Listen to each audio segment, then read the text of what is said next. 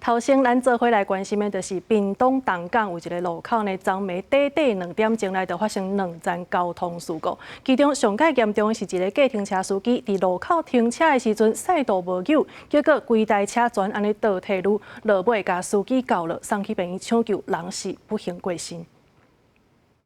车停好伫路边，姓王的计程车司机准备要入去车行交班，煞毋知影啥物原因，计程车开始倒退路，直接甲驾驶告落去车底。对另外一个角度看，姓王的司机互车跌着了后，就失去意识，袂振动啊。附近的民众看到，就赶紧挖过来倒3工救人。因为他退后要过来，他背向这个，他没有看到车子已经在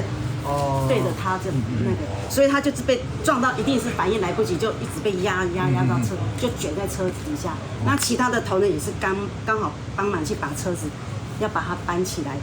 因为车子很重嘛，要把它搬起来，要把它拉出来这样子。 警方调查，这名64岁姓王的司机，昨暗时6点48分左右，驶着计程车，伫东港朝阳路的计程车行路边停车。落车的时阵，车搁发的，唔知影是手动无扭，也是机仔无拍伫停车的所在，致使车向后壁撸。姓王的查甫拄好行到计程车后壁，去互车弄倒，卡伫底盘，送病院抢救了，宣告死亡。下车时，为许我因操作不当，导致车子向后滑行。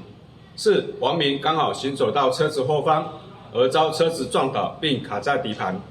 经路人合力将车子抬高后救出，送东港安泰医院救治，经抢救无效，宣告不治。同一个路口，伫昨暗时8点外，因为轿车尾目旧无注意，就直接对后壁的乌托邦弄落，好佳在无人受伤。警方提醒，要落车的时要检查手动有救无，确认车辆停好势了后才落车，以免发生危险。